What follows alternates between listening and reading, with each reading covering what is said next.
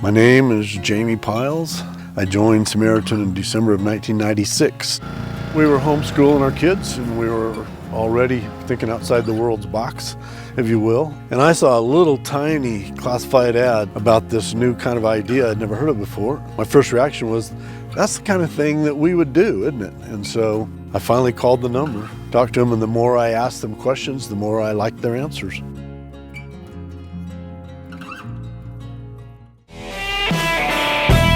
I mean, you could have started off playing the right music. What's the right music? This is the right music. You're in Idaho now. Y'all figure it out in a minute here. Y'all, welcome to CrossPolitic on the Fight Laugh Feast Network. Pastor Toby Chalk Knox, I'm the water boy, and it's good.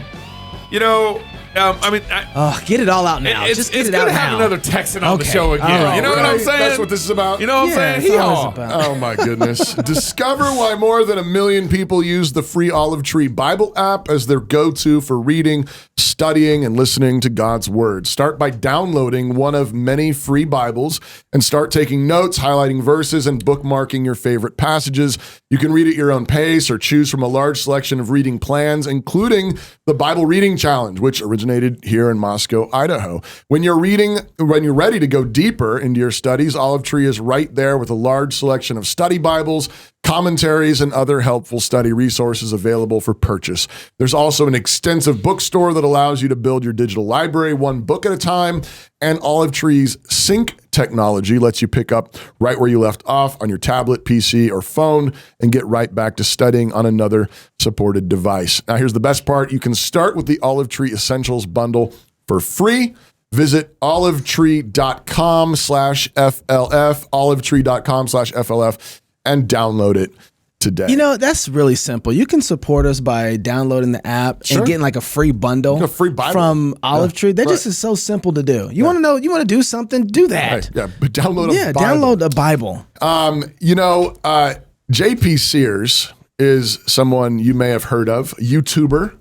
I remember him talking about like vegan stuff like back in the day. Comedian, speaker, and author of brand new book from Brave Books, one of our... Who's at our conference. Actually, just recently we had them at our conference. Yeah. Brand new book entitled Chomp, Chomp, Chomp. JP, thanks for joining us on CrossPolitic. What's up, guys? Well, thank you for having me on. And also thank you already for doing the shameless plug for my book. Buy it now. More than happy to be on with y'all. So you got to tell us about Chomp, Chomp, Chomp. I mean, did you write a kid's book because you couldn't write an adult book? As a proud member of the illiterate community, I feel as though reading is very uninclusive to people who don't want to use their brains and do their own thinking. So let's do a heavy illustration kids book. Is it all pictures? No, the reason for it, it's not too far-fetched. I mean, anyone who's half awake knows one of the biggest problems in the world, challenges, I would dare say forces of evil, is groups and agendas going after the minds of children. And it can, what's happening in schools, Hollywood, and it can be anything from, here's this gender theory we want you to understand, kids, or critical race theory, or teaching kids not to believe in objective truth, teaching kids to question their own God-given bodies. So nonetheless, I'm a father. I get passionate about protecting kids. So I see that as a problem. But not only do we need to protect kids from those forces, we also need to provide positive solutions to kids that help instill good morals, good values, pro-America, pro-God. So the children's book is a small contribution to that. And in it, I've, in the, entertaining, engaged children's story, I've embedded the message. It's the number one message. If I could only teach my son one thing, it would be always do your own thinking, be in touch with your heart, and have the courage to let your actions be emanations of your heart and your own critical thinking. So I wanted to bring that message to families all over the world as well. So that's why I wrote the book. And also, like I probably can't write an adult book. It's, He answered the whole question. That was really good. I really appreciate him actually taking that question seriously. Sorry. No, well, I mean, JP, we just got off of a few years during COVID where it seems like that particular message was something that we realized that like nobody, like everybody, people really weren't courageous. Like people like left their brains at the door and just took the narrative. I mean, I'm sure that's got to be something in the background here of why you're writing a story like this. Well, 100%. In the context of a child's world, when they're not following their heart, when they're not doing their own thinking, or they don't have the courage to let their actions be expressions of that, for kids, we say that's peer pressure. They've succumbed to peer pressure, and that's in this book. But the past 3 years, what we've seen with adults is adults who don't have the courage or they're in touch with their own critical thinking, their heart. And I think, by the way, our heart, that's where God speaks to us from. So adults who are succumbing to peer pressure, that's called obedience. And we've seen a heck of a lot of that over the past few years. And I'm all about freedom. If someone just wants to be obedient, like, of course they're welcome to.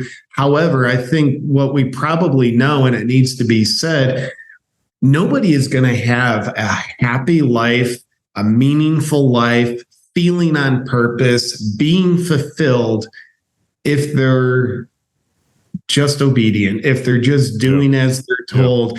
You know, I think our brilliant God-given minds and our amazing heart, those are the resources we want to connect with to have in the driver's seat of the vehicle of our life, because those are the things, our heart and our own mind, those are the things that will allow us to, on the whole, have a happy life filled with meaning and fulfillment.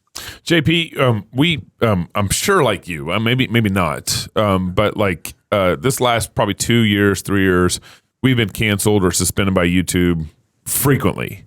In fact, Vimeo just last month canceled our contract with them because we're Christians and we're political and we have honest conversations. I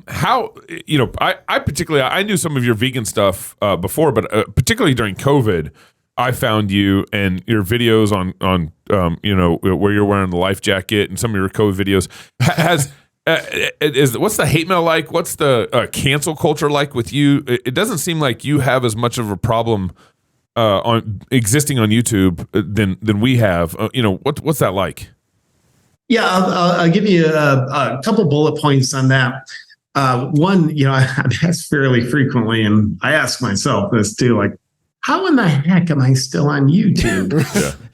And I think there's a couple reasons for that. First of all, I'm aware of what the hot button subjects are that can get you deplatformed. I'm not worried if I have videos demonetized, like I don't really care about that, but like being deplatformed, like that's something I want to avoid if it's possible, because YouTube, amongst the other platforms, that's the way I get to connect with people. So I'm aware of what the hot button subjects are. And here's an advantage I have being a comedian. I'm a creator. So I have to just consider what are creative ways I can say what I need to say without saying it literally, where the risk of being deplatformed would be high. And, example, you mentioned that life jacket video where if people saw, you realize, oh, that video is not about life jackets. It was a creative metaphor and analogy of speaking of the pharmaceutical mandate agenda. So this is kind of like where you're lucky, where creative thinking isn't really present in our country. So you can do this highbrow comedy and get away with it. Or lowbrow. Being a comedian, if I was a doctor, which I assure you I'm far from that, but if I was a doctor, I'm going to just say things in a straightforward way that's appropriate for doctors. Being a comedian, I can go metaphors, analogies, satire. It's very helpful. But lastly, you mentioned cancel culture in general. Largely, I look at cancel culture as something that only works if you consent to it. Now, it's one thing, cancel culture, like if you're kicked off YouTube, that's one element and that stings. do my best not to be kicked off. But as far as the rage mobs of cancel culture, trying to intimidate people into apologies, trying to silence them, trying to get them to change, that cancel culture only works if someone consents to it. It's a consensual relationship, and how people tend to consent to cancel culture is through fear. Fear is the wedding ring that unionizes someone with cancel culture. Mm-hmm. And specifically, if you fear what cancel culture could take away, if you fear losing what they could take away, now you're controlled by them. You are in a relationship with them. But if you don't fear what could be lost through cancel culture, you're not controllable. And you see people like Jordan Peterson, Dave Chappelle, like they don't fear what cancel culture can take away. And I personally, I ground that so I don't succumb to the fear of it. I ground that and just reminding myself what's most important. My family, my mission, my friends, human connection, faith, being on purpose. Those are things cancel culture can never take away. But those are the things that really matter. So with that said, I'm grateful that I guess I have this natural immunity to cancel culture. Like, yeah, it comes after me, but it's like it doesn't get me because I don't consent to it. That's really interesting because I was just thinking about, were you practicing that before COVID happened? Because when COVID happened, I remember looking up on YouTube and finding you at some rally hosting it with people who were saying, hey, maybe we shouldn't force vaccines on people. Maybe people should have the right to go and open up their businesses. I just remember you hosting that event. And I'm wondering, like, when did it happen? Because I didn't see a whole lot of people during that time want to be bold, want to stand up, didn't want to really say much, just wanted to be comfortable in the cut. Mainly because they didn't want to get canceled. So when did you start practicing that type of canceled? I mean, let's face it. Your meat vegan video didn't really communicate courage. I don't know. It takes courage to stand up to vegans. It does. It does. And I love the question. I think it's been since about 2016 that I was really aware that we live in a society where some people who unfortunately aren't connected to a great purpose, they find a small sense of purpose by being a connoisseur of outrage. It's the victim mentality where people have gotten very creative with how to be offended about anything. Yeah. And that gives them like, hey, I get a sense of purpose because I make myself the victim of like you like saying something that wasn't actually about me. So back in 2016, I actually made a video called How to Get Offended by Anything. And it was making fun of this phenomenon. And that was, to me, that's the same sort of architecture of present day cancel culture, just in a little bit of a smaller form, same pattern. Obviously today, cancel culture, people being offended and like try to ruin your life because of it, that's amplified. It's more intense, but it's the same pattern that I've been seeing, for, probably close to 10 years. So you've been in the game for a long time. As you look across the social media spectrum, there's two questions here. I kind of want to know what you think is like the best platform for what you do. And I want to know how has social media changed since you got in the game? Yeah, great question. Personally, what I think is the best platform for what I do is Rumble. I love the value of, we do free speech. And man, I am welcome to America. Everything depends on free speech. So a platform that's in alignment with that, it's very important. And I think it's a good contribution to helping protect and preserve our freedom of speech, but also as a creator, it's nice to be able to upload videos without always being under the tyrannical threat of that platform wants to deplatform you. But then, yeah, like how social media has changed. Like, wow, in the past 10 years, it's definitely changed. It's certainly become a lot more political. And, I think there's more divisiveness in social media for sure, but there's also more unity. I mean, there's people sharing great messages, and it's like, man, compared to 20 years ago with no social media, like if you're living in the woods in Kansas and you're having troubles in life, you're wanting to grow and live a better life, man, it's just so easy. You go on social media, you find a couple key inspiring people to follow, and it's like they're kind of, you get a mentor, and it's really a beautiful thing. And I think social media, it's a tool, it's a powerful tool. And I think we're best to be aware that any tool, it can be used constructively or destructively. And I think compared to 10 years ago, we're seeing social media used for more of each. It's more powerfully used destructively, and it's more powerfully used constructively. Kind of depends on who you are and what the user is. And also, like an example of the unfortunate destruction it can take, we see, like the Biden administration, federal agencies instructing social media companies to censor certain Americans. And it's like, well, that is very powerfully destructive. So, man, the power of the tool of social media, I think, is really amplified in the past 10 years. Man, that's really interesting that you said Rumble over X. He's got on YouTube, he's got about 3 million subscribers. On Rumble, he's got about 600,000, 700,000 subscribers. Yeah, and still, at the end of the day, you're saying Rumble. Yeah, that's really interesting, because I think part of what a lot of people are thinking about, like, where's the greatest monetization at? But you're actually thinking, where is the greatest amount of me being able to say what I want to say without having to be limited? Yeah, and why I say, for me, Rumble over X is simply most of my content's in video form, and Rumble being a video platform. X being, yes, they have video, but it's certainly not primarily engineered to be video distribution. I think they're going to make improvements to that.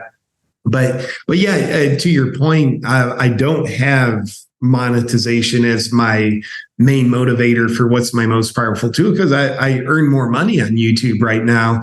Yet I think Rumble is actually the most important for who I am and what I do, and wanting to reach people sustainably. So let me do this ad and then your question. Okay. If you're a fan of CrossPolitic or the Fight Laugh Feast Network, then surely you know we have a merch store, right? Ooh. Rowdy Christian Merch is your one-stop shop for everything CrossPolitic merchandise. We've got T-shirts, hoodies, hats, but we've also got some specialty items like backpacks, mugs, coffee, even AirPod cases, whatever those are. Visit Rowdy Christian Merch at rowdychristian.com and buy that next gift or a little something for yourself. I mean, Christmas is coming. It's coming. Start shopping now. People have been asking me for my Christmas shopping list already. I'm just saying. I know. My wife did. rowdychristian. I'm like, you get that like December 20th for me. Can we do Thanksgiving at least? Yeah. All right, guys. Spoken like a true pastor. What's a AirPod case? I don't even know what that is. JP, so basically our thesis of the show, CrossPolitic, Jesus Lord over politics. And we did that because we started in 2016 because we thought the church did not. We all grew up Christian. Toby's a pastor. I serve as a deacon at Toby's church. Knox grew up Christian. Yep. We all raise our kids in a Christian family, and we send our kids to Christian school. I mean, like, we're what we call whiskey drinking Calvinist, if you know anything about Calvinism. Or whiskey. Or whiskey. If you don't know anything about whiskey. he's completely confused now. Yeah. And so we believe, like, that one of the central problems in America particularly is that we abandon God, and the church has done a horrible job discipling its citizens, its congregation, on how to apply the Bible to politics. And when you disconnect faith from politics, it was a taboo. I grew up believing, my grandpa would say this is you never mix religion and politics, and I believe that has been like the central problem in our church, is that we've disconnected religion from politics. We've disconnected God from politics. Your upbringing, I know very little about it, but it seemed like you kind of grew up Catholic. Your dad was maybe some sort of atheist. and then you got into like health and wellness. Like, what's been your journey in all this, and where you stand now? Yeah, I share that, but first you got me excited by a couple things. I've said this often. It's just awesome to hear it reflected. I look at all the problems in our world, America, but also our world. Sure. A lot of them seem like really different problems. I think they have one common denominator. I think at the core that's causing all these problems is people being disconnected from God. That is the number one issue. And therefore, I think that's the most important thing, to get people reconnected to God, create the connection, and then have the courage to follow the faith of God's guidance. I also have a shirt in my merch shop that says, "My politics, pro God." Yeah. Anyway, you got me excited. That's great. So my journey, I was raised, I like to say I was raised pretend Catholic. My mom's, she was, grew up super Catholic schools, but we never really went to church much when I was a kid. But when my grandfather was around, was coming to visit, my mom would take us to church and we would act like we always went just to try to make him happy. So pretend Catholic. And my dad being an atheist, that was actually cool to kind of like get a little bit of a diversity of perspectives there. And then when I was in my late teens, early 20s, I moved out to California, where New Age spirituality is like all the rage. And, I jumped into it. I think I got a lot of benefit from it. And also looking back, I could see, and there's plenty of flaws, plenty of propaganda. But now the past few years, I have accidentally gotten more Christian without even trying. And what's interesting, a number of people have shared with me that a similar thing has happened for them. Like, I accidentally got more Christian. And why I think that is, at least for myself, maybe it applies to other people, two things happened to me. One is I became a father, and that certainly changes my worldviews, Christian values. Now they just like, well, that makes a lot more sense to me now. Now that I'm a dad, you should obey the 10 Commandments. And then the past 3 years, from my perspective, evil has never been more obvious in our world. I think what's going on right now, it's spiritual warfare between God and Satan. And, when we see these expressions of evil, like usually people on the news or whatever they're doing, like acting like they're the good guys, but, the devil masquerades as an angel in disguise. So when we do our own thinking, we can assess, well, what seems evil to me? And there seems to be a lot of it. So if you're not willing to do the bidding of the devil, if you're not willing to sell the space where your soul should be to go along with it or promote the evil agendas, then in the presence of evil, you naturally polarize in the opposite direction.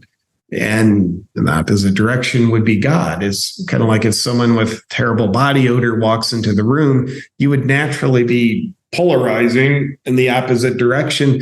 That's why I think myself and so many others, without even necessarily really trying, we have really started to lean into God more than we ever have. So, that's the short story of my journey and where I'm at. And I won't pretend to be a perfect Christian, far from it. Yet I'm very grateful that I'm seeing with fresh eyes Christian values. It's making sense to me. And like I said, in our world, the number one solution is we need more connection to God. There's a reason why the first thing communists try to do is they try to get people disconnected from God. Like, there's a reason for that. Yeah. So I think for freedom, America, and just happy, beautiful lives, we need the opposite. We need more connection to God. That's really good, man. I was just wondering, as you were talking, what are you reading right now? Yeah, thank you for assuming that I know how to read. Well, you wrote a You book. wrote a book. You wrote a book. That was, unless you got a ghostwriter, you wanted. What's your ghostwriter reading? Yeah, he's a haunting ghostwriter. Yeah, actually, I just started a new book. And the book, I mean, it's several decades old at least, but it's called The 6 Pillars of Self-Esteem by Nathaniel Branden. Huh. I haven't heard that one. No, I haven't Okay. either. Yeah. That's fantastic. Well, tell everybody where they can get your book from.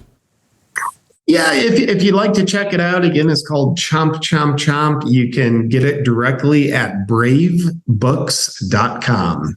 You know, it's funny, as you were talking about this earlier, and we had passed it, so I didn't bring it up, but the more and more, are you familiar with Bluey at all?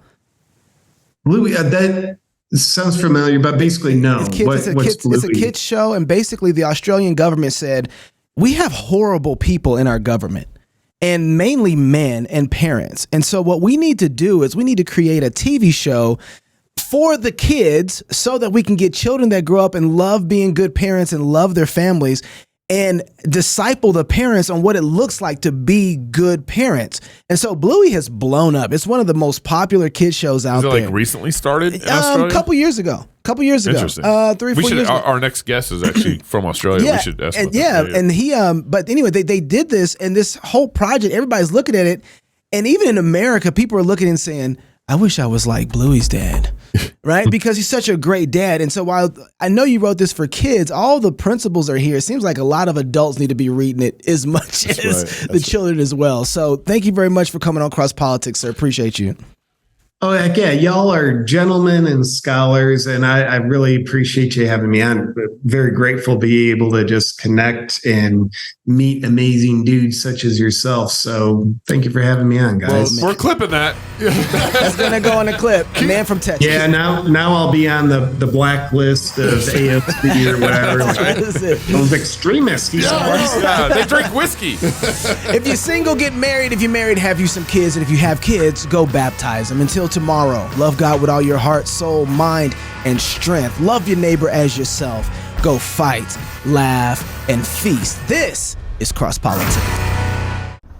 When I grow up, I want to work for a woke company, like super woke. When I grow up, I want to be hired based on what I look like rather than my skills. I want to be judged By my political beliefs, I want to get promoted based on my chromosomes. When I grow up, I want to be offended by my coworkers and walk around the office on eggshells and have my words policed by HR. Words like grandfather, peanut gallery, long time no see. no can do. When I grow up, I want to be obsessed with emotional safety and do workplace sensitivity training all day long. When I grow up, I want to climb the corporate ladder just by following the crowd. I want to be a conformist. I want to weaponize my pronouns. What are pronouns? It's time to grow up and get back to work. Introducing the #1 woke-free job board in America, redballoon.work.